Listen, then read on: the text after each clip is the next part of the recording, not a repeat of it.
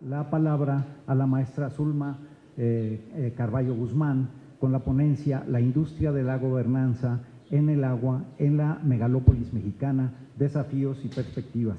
La maestra Zulma Carballo tiene 12 años de experiencia en consultoría de asuntos corporativos, asuntos públicos y prevención de crisis, liderando estrategias de sostenibilidad corporativa. Es licenciada en Relaciones Internacionales, maestra en Comunicación Política y doctorante en Ciencias de la Sustentabilidad por la Universidad Rosario Castellanos. Bienvenida, maestra, adelante. Gracias por la presentación y un agradecimiento también al comité organizador de la universidad por la invitación. Bueno, yo quisiera comenzar en la siguiente, con dos preguntas que nos van a traer hacia la reflexión en este tema, la gobernanza del agua. ¿Por qué la gobernanza del agua no ha contribuido a una gestión sustentable del recurso en la Ciudad de México? Y se ha diseñado acorde a los retos actuales que la Ciudad de México debe afrontar respecto de este recurso, sobre todo por lo que aquí también ya se comentó estamos ante nuevas complejidades muy diferentes a las de hace muchos años cuando se empezaba con todo este entramado y esta discusión de la gobernanza. En la siguiente slide vamos a iniciar un poco con esta parte del contexto. A nivel global, pues las cifras nos hablan de 2.000 millones de personas, cerca del 26% de la población sin acceso a agua y 3.600 millones de personas, casi el 46% que carecen de un saneamiento. ¿Qué sucede en México? En México tenemos el 65.5% del territorio padeciendo sequía, que esto afecta obviamente el acceso al agua, y una situación de 111 acuíferos a lo largo del territorio que son sobreexplotados. Acá cabe destacar también datos de la Conagua que nos comentan que más de 3.000 empresas que tienen concesionado el volumen de agua en México es equivalente al 22.3% de toda el agua concesionada en el país, lo que significa que 1.1% de todos los usuarios que explotamos el agua en México es 1.1%, es esta quinta parte que explotan ellos del recurso hídrico. Y lo hacen obviamente en estos acuíferos sobreexplotados. Y en la Ciudad de México, ¿qué sucede? Pues tenemos que 45% de la población capitalina tiene un servicio regular de agua diariamente, 25% la recibe por tandeo 3 veces a la semana y el 30% restante se abastece de pipas. Aquí en la Ciudad de México, pues vale también destacar que esta parte del déficit de agua está motivado sobre todo por la sobreexplotación a cargo del sector industrial, que cuenta con concesiones para el uso del recurso, que aun cuando se inscriben en la legalidad, estas concesiones, pues son empresas, sobre todo inmobiliarias, embotelladoras o de entretenimiento, que están extrayendo más de 1 millón de litros de agua en la Ciudad de México que podrían gastar diariamente cerca de 3.000 capitalinos, ¿no? Y bueno, aparte de parte de estas complejidades o de este contexto, tienen que ver con complejidades socioecológicas, que en este lado pues las puntualizaremos en 4.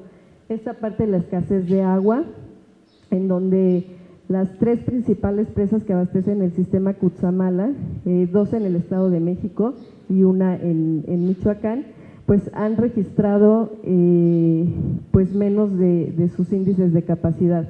A inicios de agua, por ejemplo, a inicios del año, estaban en su capacidad cerca del 40%, hoy están en un 38.7%. Tenemos también esta parte de la sobreexplotación y el huachicoleo de agua. En un histórico de 2019 a 2023, SACMEX recibió cerca de 1.500 tomas clandestinas, denuncias de tomas clandestinas, sobre todo en la alcaldía de Tlalpan, curiosamente uno de los territorios que ya es afectado por escasez de agua. Posteriormente tenemos pues esta parte compleja del crecimiento poblacional y la urbanización, en donde pues obviamente la extracción de agua derivada de este crecimiento pues está incrementando. Por ejemplo, un habitante que consume 380 litros de agua a diario en promedio, pues ha bajado también esos índices, ¿no?, derivado de esto. Tenemos también el abastecimiento desigual, en donde las zonas que tenían agua de manera constante, como son la zona poniente, actualmente registran escasez, y en la zona oriente, como hemos visto, pues generalmente se da esta por tandeos. Sin embargo, también esto ya está cambiando, porque demarcación o alcaldías que se encuentran también ya en estas zonas están registrando escasez de agua. Aquí también tenemos un indicador del sistema de aguas que nos dice que las zonas con mayores ingresos al poniente de la ciudad tienen dotaciones de hasta 500 litros de agua al día, y en estas zonas periféricas 40 litros por habitante. Entonces estamos hablando de esta complejidad acerca de la inequidad en el acceso. Y bueno, la sobreexplotación por las concesiones. Aquí vale la pena destacar que existen 124 empresas que extraen agua de 179 pozos del Valle de México, proceso que muchas veces se realiza sin supervisión y sobre todo en alcaldías con más problemas de abasto líquido.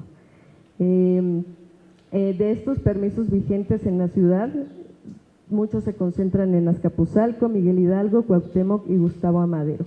Entonces son alcaldías que también curiosamente en este inicio de año tuvieron bastante protestas sociales derivado de ello. Y bueno, parte de este contexto que tenemos viene toda la discusión de la gobernanza, ¿no? Esta gobernanza que ya lo vimos aquí, que hace referencia al manejo de un sistema organizado, fijando normas y haciéndolas valer. En la gobernanza, pues si no se considera por muchos teóricos como un cuarto pilar de este desarrollo sostenible, sí se ha considerado como una herramienta transversal para abarcar las distintas esferas de la sostenibilidad, ¿no?, además de la economía, el medio ambiente y la sociedad. Y posteriormente, ya tipo en la década de los 70, viene esta discusión sobre gobernanza del agua, para verla como un medio para que la gestión integrada y sostenible de los recursos hídricos atienda también pues esas complejidades transversales que devienen del desarrollo económico, bienestar social, medio ambiente y la coordinación intersectorial. Las concepciones teóricas sobre gobernanza del agua son realmente nuevas, sin embargo, la mayoría de los teóricos coinciden en que la gobernanza es esta totalidad de interacciones entre organismos públicos, sector privado y sociedad civil, destinadas a resolver los problemas sociales los problemas sociales, y sobre todo en el diálogo que se pueda construir entre estos actores.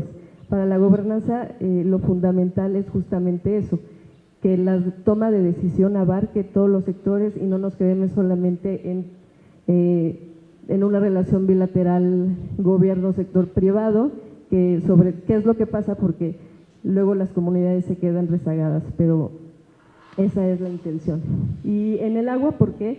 Pues por estas tres variables que son importantes, además de que se discute que el agua es un bien humano y estratégico. En la siguiente, esta parte de la sostenibilidad de los recursos hídricos pues tiene un recorrido a lo largo del tiempo, y gobernanza de los recursos naturales y del agua pues ha estado presente desde el ámbito global. Esa agenda global precisamente es la que ha permitido que permeen esos lineamientos, acuerdos, etcétera, hacia los actores nacionales y después los locales, ¿no? Entonces, estos tres son actores principales, sobre todo que han estado muy presentes en la agenda de desarrollo sostenible, y la Asociación Mundial del Agua es indispensable porque trabaja muy de cerca con las corporaciones. Bueno, esto por parte del ámbito global. Ya en México pues tenemos también un entramado muy robusto que habla sobre la gobernanza del agua, empezando principalmente por la Constitución, ¿no? En donde en el artículo 4 pues se considera esta parte del agua como un derecho humano, y de ahí pues se vienen segregando todas las leyes que tienen que ver con esta gobernanza de los recursos, hasta pues obviamente pasando por todos estos programas e instrumentos que hacen pues posible evaluar y dirigir una política hídrica. Aquí, bueno, vemos México y Ciudad de México, ¿no? Con los programas de agua sustentable, los programas regionales también. Esto es importante porque las áreas de cuenca o las áreas de acuífero pues obviamente tienen características intrínsecas y especificidades que deben gobernarse de distinta manera derivado de ello. Entonces, bueno, vemos este robusto entramado de políticas de gobernanza vinculadas a la gestión de los recursos hídricos, y vemos que en México, como ya se comentó hace un ratito, pues se tienen todas las estrategias, los instrumentos, los programas, los lineamientos, todos estos acuerdos que hablan sobre la importancia no solo de la sostenibilidad del recurso per se, sino también del funcionamiento por cuenca y por tipo de concesión. Pero en la siguiente vemos también el papel de la industria, que es pues fundamental, ¿no?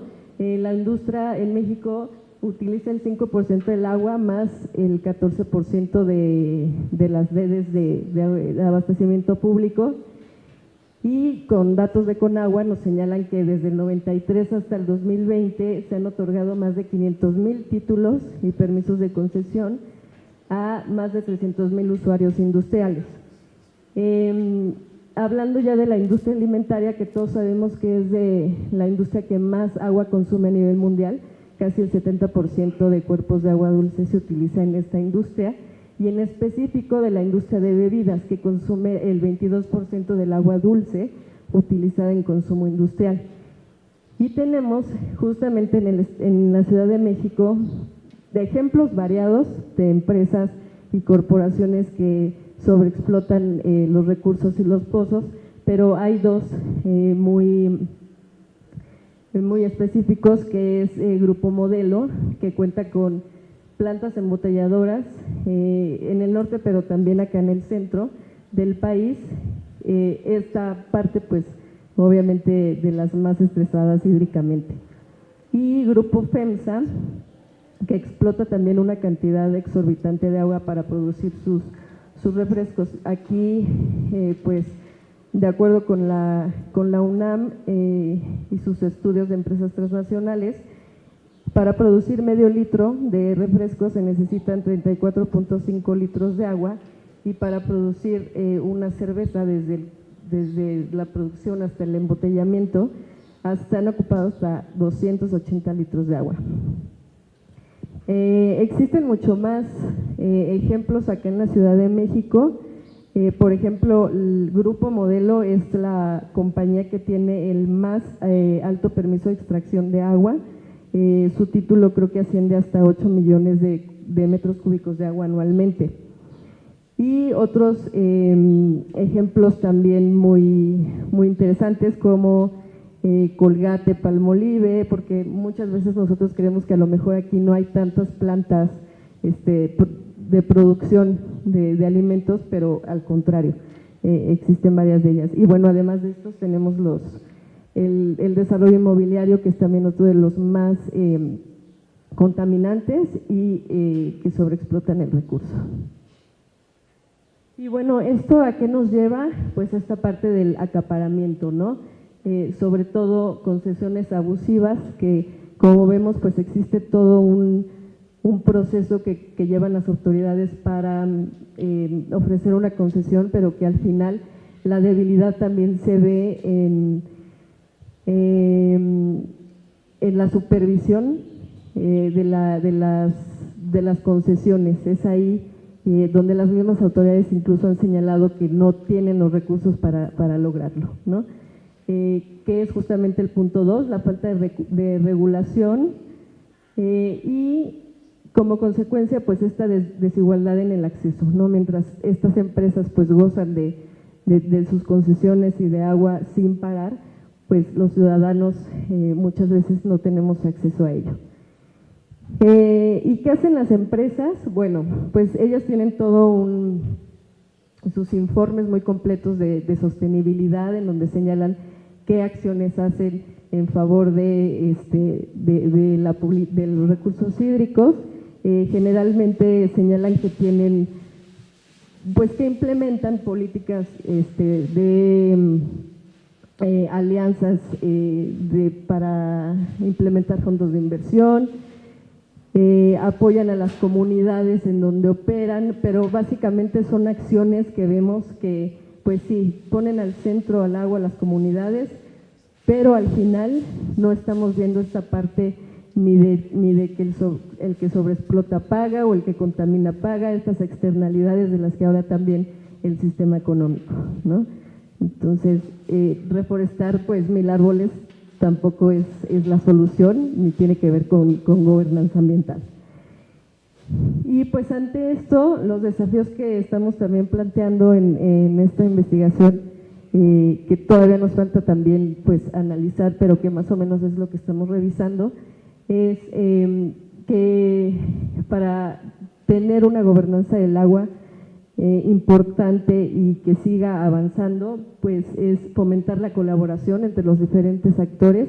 Ya vimos en términos teóricos que la interconexión entre esos actores para la toma de decisiones de un proceso es fundamental. No se trata solamente ya de que sea la empresa la que tome la decisión, sino qué sucede con las necesidades y requerimientos de las comunidades locales. Y se vincula con este punto 2, la participación ciudadana, esta democracia participativa que también se necesita y que vemos que está, pero cómo se logra vincular también en el proceso. La adopción de prácticas sostenibles, por supuesto, que va en conjunción con el impulso a la innovación, que es también importantísimo. Y bueno, esto se puede lograr también a través de estas alianzas que supuestamente logran y hacen estas empresas, y sobre todo la regulación y el cumplimiento de las normas estrictas de calidad de agua, de límites permisibles y de sistemas de monitoreo para que se cumplan estas normativas. Entonces aquí obviamente esto es en conclusión y pues regresamos a esa pregunta inicial de qué hace falta para que la gobernanza sea exitosa en el marco de todas estas complejidades que ya revisamos. Gracias.